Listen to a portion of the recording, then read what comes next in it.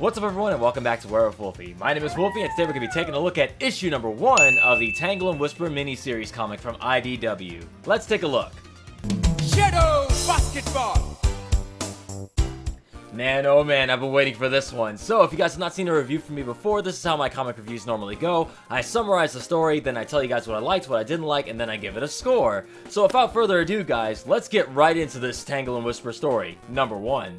So our story starts us off at Spiral Hill Village, where Tangle can be seen showing her inner infinite fangirl. Look at her tail, it's in the shape of a Mobius loop. Look at it, I mean look at it. If that is not a call to infinite, I don't know what is. Like, seriously, it's like the artist decided to say, hey, by the way, don't forget that infinite is still a thing. I may be looking too hard into this, but I mean look at it. I'm gonna overlay the Sonic vs. Infinite trailer and just look at it. Look.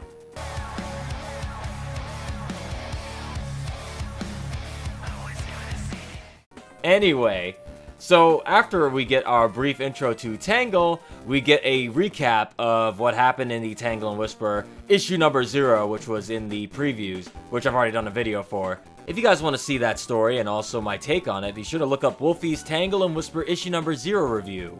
Finally, after all the events that happened in issue number 0, we finally get to see the story pick up again, and we see that this weird Sonic look-alike is running through the village, and everybody's like, hey, isn't that... Yeah, it looks like, and he's like, yep, it's me, your one and only hero, out of the way!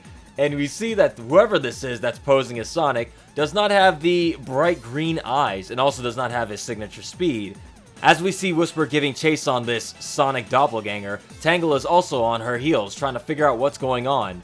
And just as Whisper gets a vantage point on this weird Sonic lookalike, we see him immediately go for a nearby bystander in what is probably the biggest scumbag attempt to keep himself safe. Oh, you want to shoot me, huh? Nah. You gotta try to get me through this innocent bystander, and Whisper is not willing to take that shot. So Whisper once again takes off, trying to get into a better spot to take a shot at him. And of course, the doppelganger Sonic is definitely giving her some evil looks. Look at this. You never see Sonic making these expressions. That's when Tangle drops in on him and tries to figure out just what's going on.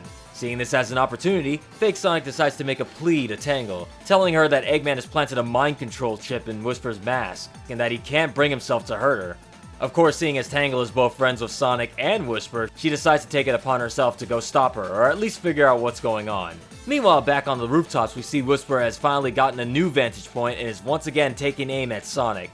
That's when we see him turn around and what may be the creepiest looking Sonic face I've ever seen. Wow, look at that. Straight out of a creepypasta, like, that is some black-eyed stitch-faced Sonic. Whatever this thing is that's taken his form has a very sinister looking design, and I really like it. And just as Whisper's about to take the shot, she mutters something under her breath. Why? But before she can take that shot, Tangle comes out of nowhere and tackles her, taking her down. Tangle asks Whisper to surrender and tells her that she doesn't want to hurt her, but as we can clearly see by their combat abilities, Whisper clearly has her outgunned. Though Tangle also has some tricks up her sleeve, and manages to grab the mask off of Whisper. As Tangle gloats in what she assumes to be her victory, Whisper gets very frustrated and asks for her mask back. But Tangle's like, not a chance, Eggman booby-trapped it. And then Whisper tells her, he didn't. Then why were you trying to shoot Sonic? That's not Sonic. What? No. Listen, if you keep calm, we'll get Sonic to... And that's when Tangle discovers that the fake Sonic has taken off. Finally, now that the dust is settled, Tangle's like, I know you're not the talkative sort, but can you at least tell me what's going on? And then Whisper puts the mask on her, which shows her a recording, which is something I didn't know Whisper's mask could do. So maybe a couple of mysteries behind Whisper's origin or backstory can be linked back to this mask, because whatever happened to her also is in there. But as the recording plays, we see what looks to be a recording between fake Sonic and Whisper. Ha! You're a hard lady to track down. Was looking for you too. Trouble. You're being targeted. Yeah, so are you. He found one of the diamond cutters is still alive. And he won't let me leave a job unfinished. And that last panel right there is nightmare fuel. Never thought I'd see Sonic holding a knife, even though it's a fake Sonic. But still, wow. Very sinister looking form. I like it. Of course, seeing fake Sonic with the knife is enough to freak Tangle out. Those eyes? Who was that? What was that? Not here. Exposed. Yeah, okay, come on. I know where we can talk. As we see Tangle and Whisper take off, we see the same bystander from earlier, however, sporting that same evil Stitch face look that we saw on the fake Sonic. Back at Jewel's museum, we see our three heroes now discussing the events that happened earlier, as well as the fake Sonic and just who he is. As Jewel pours Whisper a cup of tea, she's like, "I'm afraid I'm as lost as Tangle. For once I looked out the window and it certainly appeared to be Sonic. His name's Mimic. He shapeshifts." You mean he could transform how he looks at will? That sounds a little far-fetched. And we of course see Tangle take a quick shot at her saying, "But you were fine with the hedgehog who can run at Mach 1 for funsies." Yeah, well... He's a mercenary. Betrayed his team. Helped Eggman wipe them out.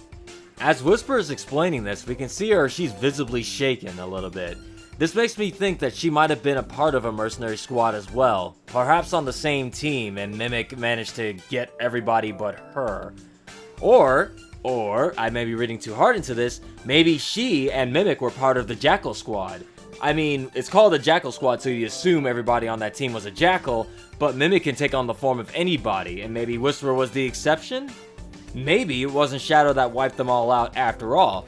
Who knows, maybe Shadow just incapacitated them, but Mimic decided to take advantage of the situation and wipe them all out himself, thus causing Shadow to take the blame for it, if he's able to take on Shadow's form as well.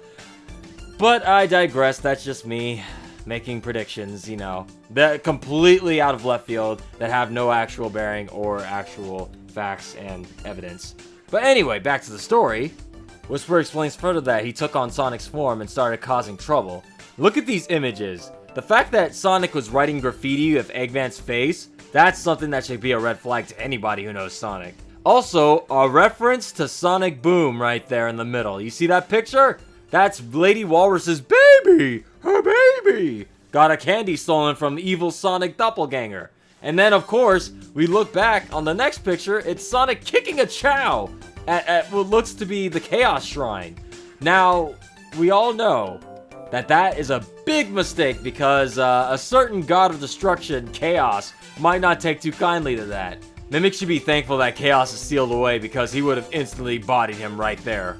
I still like the references here. A lot of good references. Whisper continues, "Went to investigate, found it was him, been tracking him. Knew he'd likely target you and the others too." Wow, you're awesome looking out for all of us like that. Was looking for Mimic anyway. Well, that certainly sounds like a call of action to me. Who does the what now? You've been looking for a reason to go out into the world and seek adventure, right? Helping one of your friends track down and defeat villainy sounds like the perfect excuse to me. Hey, yeah, Tangle and Whisper kicking butt together again. Hey, Wisp, we've got a mission. Let no Eggman, crony, robot, or otherwise sleep well tonight, because Tangle and Whisper are on the case. We've got a whole wave of Wisps backing us up. No. And just like that, shot down. Yeah, that put a quick stop to Tangle's little boast there, didn't it? Whisper apparently seems to be against the idea of Tangle joining her on this venture. And Tangle, of course, is like, "Oh, come on, we've done great work together. I mean, weren't we crucial in handling Neo Metal Sonic?" Yes. And we showed the Babylon Rogues who was boss, didn't we? Yes. This Mimic guy will be no different. What's one merc next to evil robots and flying thieves, right? So are we doing this? No. Whisper, we're friends, aren't we? Yes. Then why won't you let me help you? Now, I love Tangle and her enthusiasm, but you can clearly see Whisper doesn't want her to come along for various reasons. Of course, if she has a lot of experience fighting Mimic, she probably doesn't want to put Tangle in danger, obviously. But also because Mimic can take on forms, she doesn't want to have to maybe deal with having Tangle, or a fake Tangle, attack her. That's when we see Whisper's Wisps coming in to give Tangle their approval. Haha, see? Your army of alien buddies agree with me. And as Whisper is about to retort, Cube comes in and decides to give her the puppy dog eyes of all three of his eyes. And finally, Whisper cracks. Okay. And Jewel chimes in, you just need to be careful. You'll need to watch her back as much as she watches yours. It won't be easy picking up his trail either, I'd imagine. But before Jewel can finish her thought, Whisper puts on her mask and goes into battle stance, quickly kicking open the door and heading outside. And we see a note that has been stuck to it with a knife. As Whisper takes the note off the door, she reads it. We've chased each other in circles long enough. I'll be waiting for you to settle things once and for all. Unfortunately for us, it looks like Whisper's finger is blocking a very important piece of text. Could that be the address? Her name? His name? We don't know. Tangle looks to Whisper and says, "What is that?" "An invitation." And as Tangle reads over the note, we see her put on her game face, her adorable, focused game face. "So he wants a showdown already? Fine by me. Saves us the trouble of having to track him down. Brace yourself, Mimic. We're coming for you." And if you look real close in the background there, Whisper's eye is slightly open, which means she is not liking this at all. Next time on the Tangle and Whisper comic, Ambush. And there you guys have it, Tangle and Whisper issue number 1 as summarized by me. Hopefully you guys enjoyed that. It's time to tell you guys what I liked, what I didn't like, and then I'll give it a score. Starting with what I didn't like. I honestly don't... Every single comic has been like this right now. You know, it's like with the current writing team, Ian Flynn, and especially the artist, Stan Lee's done a really, really good job. Hang on, let me look. Yeah, Evan Stanley has done an amazing job with the art. I love this man's artwork. It's really good. All the, just everything. I love this comic so much.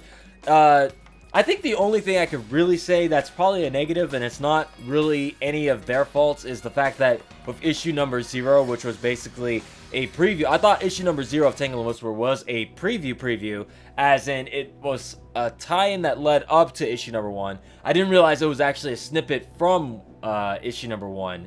But other than that, no real complaints here. I love that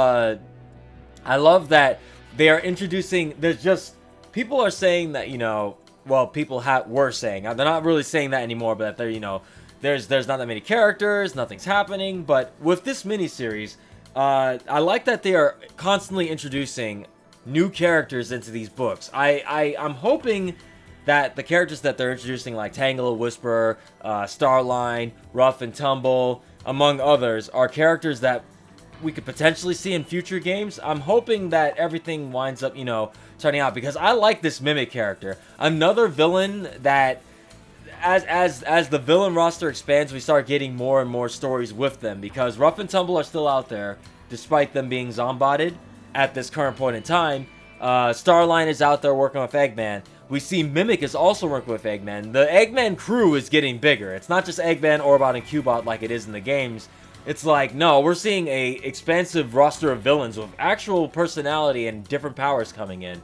I love Mimic. I want to see what his real form looks like, because when he's like in, I'm gonna call it true Mimic face, when he's got like the black eyes with like the Stitch like evil like mouth thing, it looks really cool. I'm like, what does Mimic's real form look like? Does he have a real form he likes to take? And with a power like that, it makes a villain like this really, really deadly and dangerous, which is why he probably was a mercenary. You don't know how his power works. I assume it's whoever he comes in physical contact with, he can take their form. So another thing that worries me is that if you look closely, he actually physically touches the bystander, the pink-haired girl earlier in the book, and takes her form on later when he's trying to hide himself from Tangle and Whisper. I don't know if, because he touched Tangle already, I'm not sure if that means later on in the book he's going to take on Tangle's form to try to get to Whisper, but things are about to get really, really serious and deadly for our crew here. I'm also not sure if Jewel's going to be coming with. I'm hoping Jewel doesn't come with, not because I don't like her, but she seems very timid and scared. She's like Cream the Rabbit, but with like intelligence, because she's older, I imagine. So like, I don't think Jewel can really contribute much. She doesn't seem like a fighter. But I do like the trio of Whisper, Tangle, and Jewel. Let me think. What else? Yeah, I'm also liking that Whisper, she's doing her own thing, and her backstory is now coming further into light as we progress through these stories. We're seeing that Whisper is looking out for people, like she always has. She, you know, during the Great Eggman Sonic Forces Resistance War, apparently she was off doing her own thing, helping groups out by herself and stuff like that. So we see she's not a true lone wolf, you know, that's off doing things just to better herself. She's actually helping out. And the fact that she's so close with her Wisp is a good personality thing. So she's not truly alone. She has her Wisp with her. She has all of them, actually. She has Burst, Spike, Q. I think she has every single one of them. Also, the fact that she's just constantly in this battle mode, ready to go. There's gotta be something tragic that happens later with her, and I'm really worried about it. Another thing I found that's really funny is in the one-page fight between Tangle and Whisper, and I don't want to call it a fight because it seemed really one-sided. Even though Tangle got the jump on Whisper, Whisper throws her off very easy, and even though I assume Tangle is holding back on Whisper because she really, as she said, doesn't want to hurt her, Whisper is like beating her in hand-to-hand, like beating her hand-to-hand combat easy. Like, we don't know if Whisper is holding back either, but she doesn't let herself really get hit at all. The only reason Tangle was able to get the advantage on Whisper is because her tail was able to grab the mask off, and I'd assume that Whisper really doesn't like her mask being off her face when she's in battle mode. Like, so that just shows right there that Whisper is much more capable than I gave her credit for. Like, she's a fighter, and I don't know how well Tangle can fight, but no. If Whisper really wanted to beat her up, she could have. Just look at that fight again and tell me otherwise.